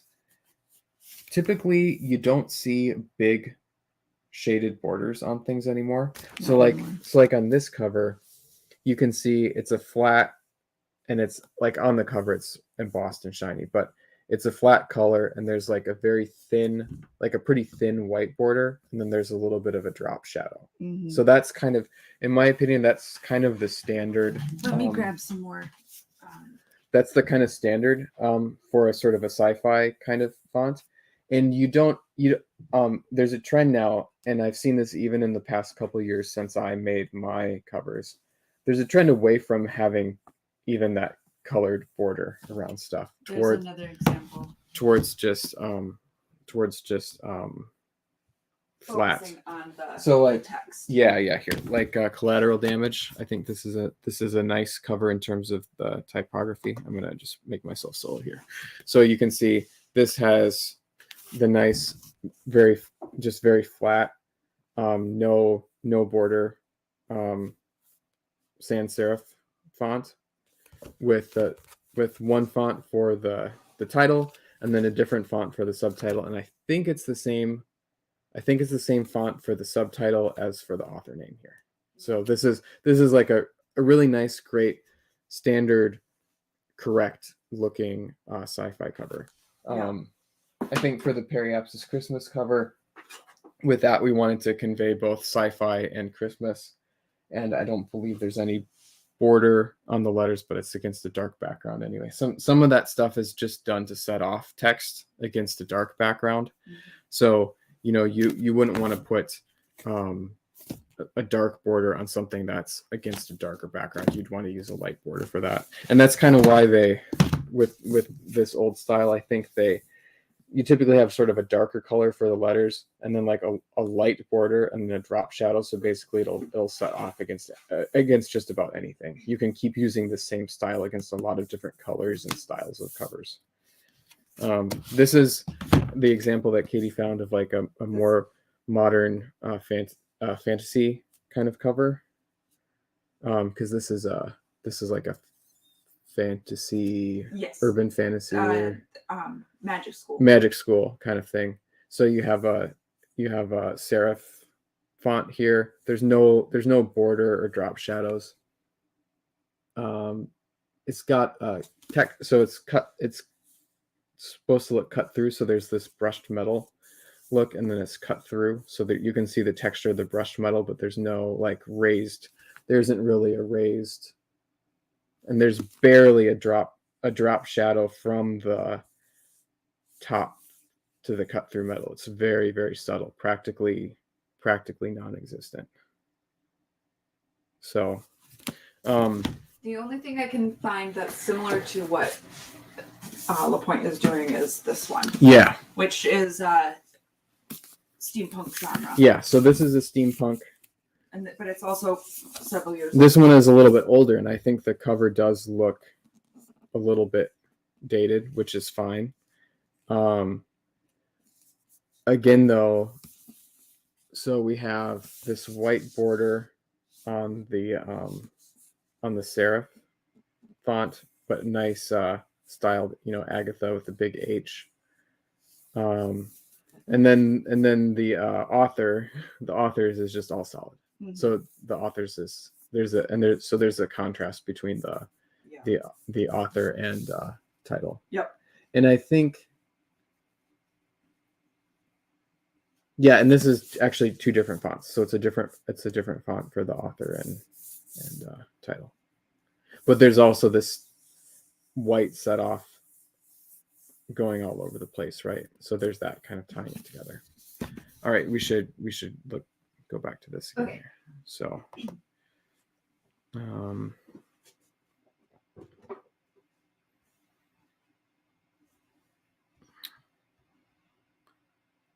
okay, so yeah, so then the other thing that we just wanted to point out is that there's a couple other things that sort of looked intentionally done that I would say don't.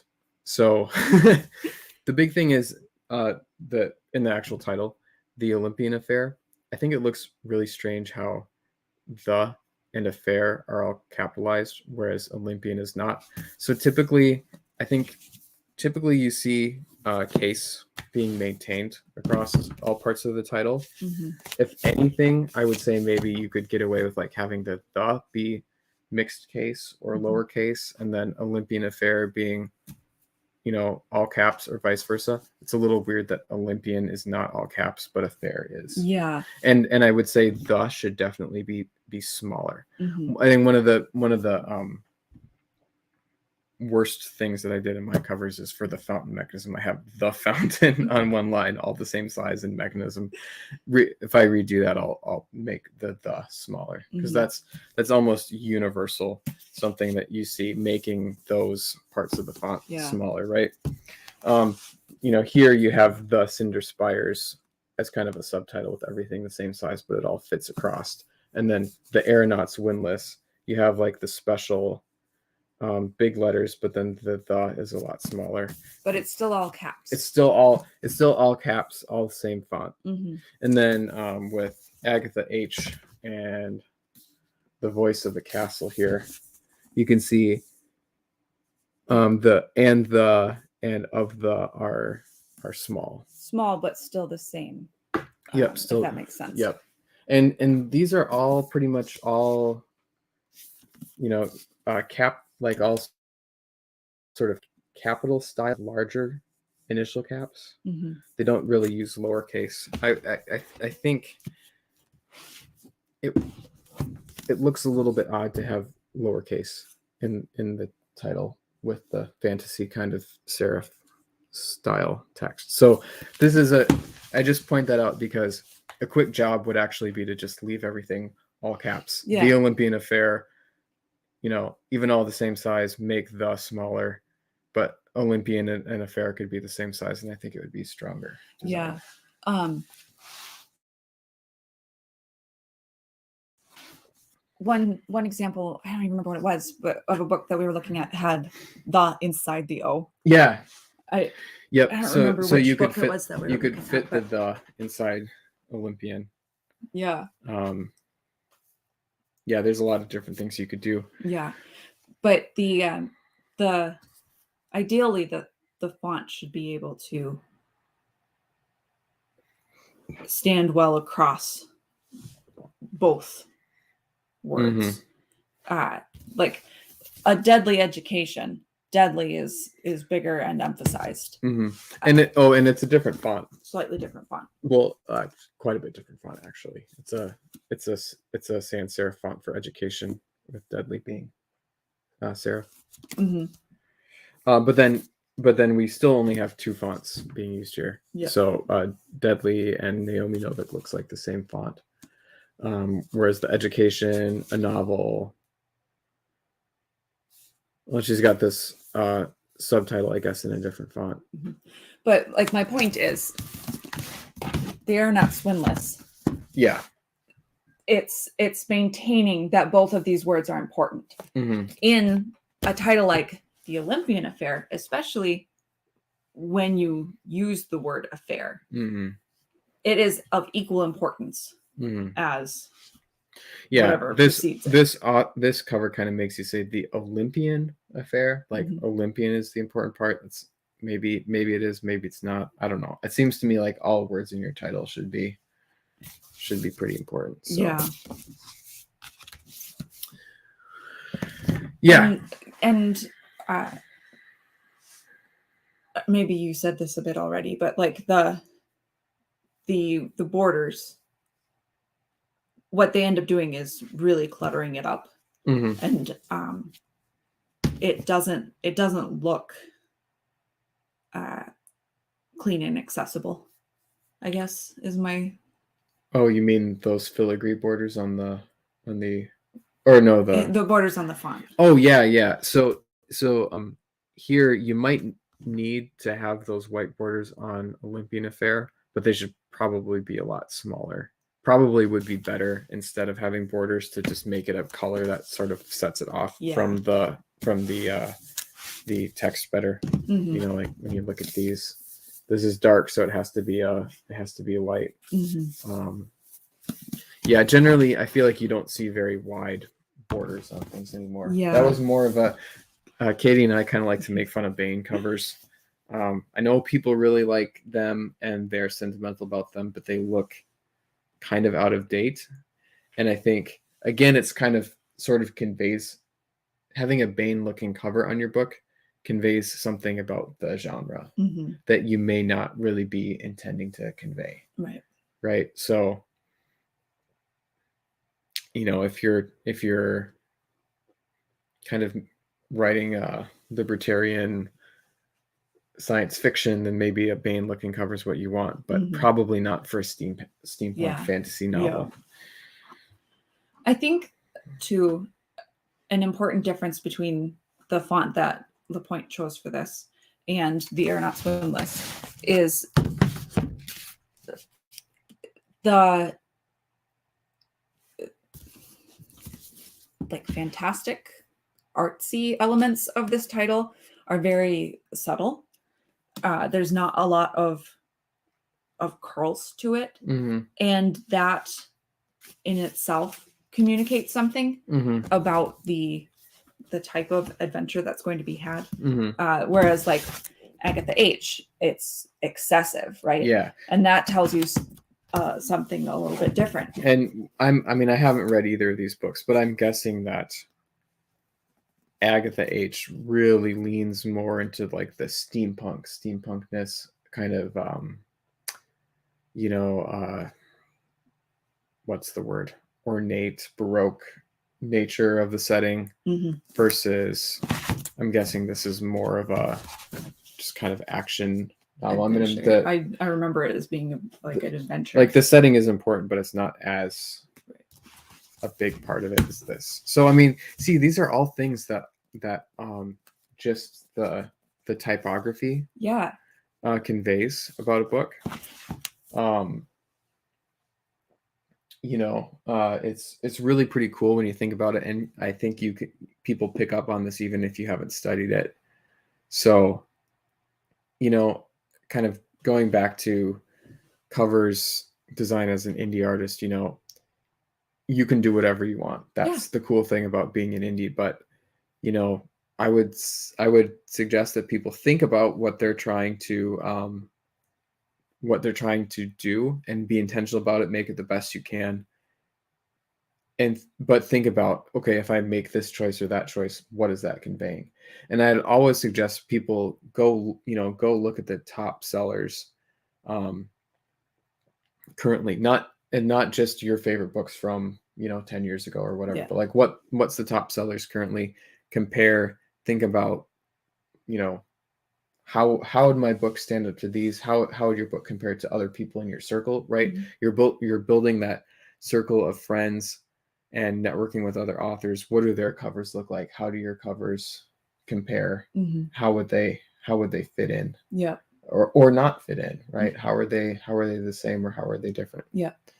So yeah, how they're the same is just as important as how they are different, because those two things communicate about your book. One other thing about the image, like it's clearly not formatted for a book cover. Yeah. Yep. The ship is not in the right spot. Yeah. That ship should be in the middle. Yeah. So it fits. Right. Notice all of these covers. It's like the subject is in that empty space between, right? This is something you want to pass the periapsis Christmas cover. Yeah. So this is something that we had to think about when we were designing this. And I mean, again, so I'm not going to say that this is the best cover in the world. I'm not a professional cover designer, but we had to think, okay, here's the city, right? You can see the part of the city where the light from the Christmas tree starts to fade out, and you get the vertical, like you start seeing less of the rooftops and where the vertical walls of the houses. That's where the subtitle goes. And the title goes over the planets are sitting low in the sky next to the Christmas tree. Something interesting to kind of look at across the middle, but all of the interesting stuff sits in that middle space between the title and subtitle. Yeah. Sooner or later, we will get actual author. Yeah. Collateral damage, right? Same kind of thing. There's really nothing up here above where the title is, and all of the action is here in the middle. What? Well, my back cover's bent. Oh, I hope I didn't do that. I don't think so. I don't know how that would have happened. Maybe it tipped over on itself. I'm trying to think of other example covers that we could show this, but most covers do that, where you have you very intentionally make space. Like here's everybody's favorite book, Hero with 1,000 Faces. Very intentionally designed so that there's space for the type to be set off against the image. Comics are another great example of this. Good comic covers. Grab a couple of those just quick. Here, I'll turn this off. Good comic covers are designed to have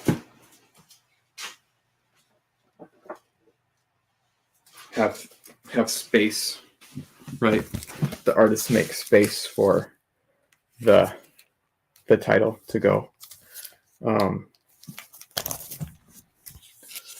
Right, like this would be maybe a little bit odd picture just sitting there without the title on it, because it's like this person standing, there's guns aiming at her, and then there's all this just bare walls up at the top, but that's there so that there's space for the title, right?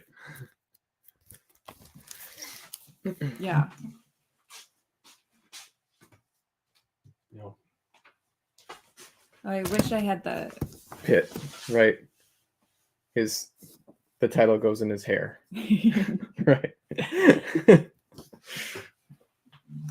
What do you think? I wish I had the first Agatha H book, because it has the actual airship on it. Oh, okay. But I couldn't remember which book it was that had the airship.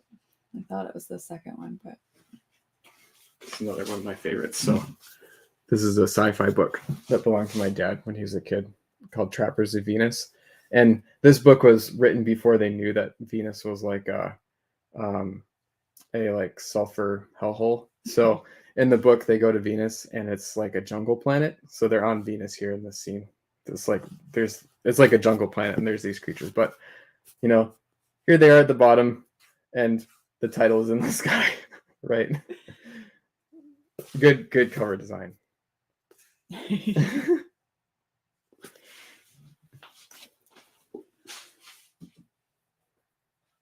One last one. Ender's War. This is a book club 2-part Ender's Game and Speaker of the Dead. I mean, it's this painting, and there's just a blank space at the top for the title. Right. Really simple, but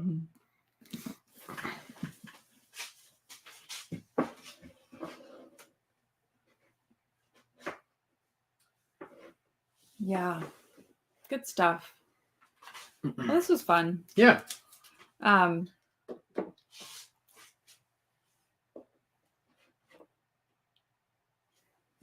Yeah, we like Anne Point, and we felt safe doing a little talking about covers using his 10 to 15 minutes. Yeah. And figure he's not super invested. He's got all of the right elements there, though, right? Yeah. I mean, like the airship, the sort of throwback to Jim Butcher's early to late, current urban fantasy author title, and the serif, more fantasy looking bottom font. It's like it's all there. Just there were some choices that were made probably intentionally that I think would be stronger if they weren't there. Yeah. Yep. So. And we also feel that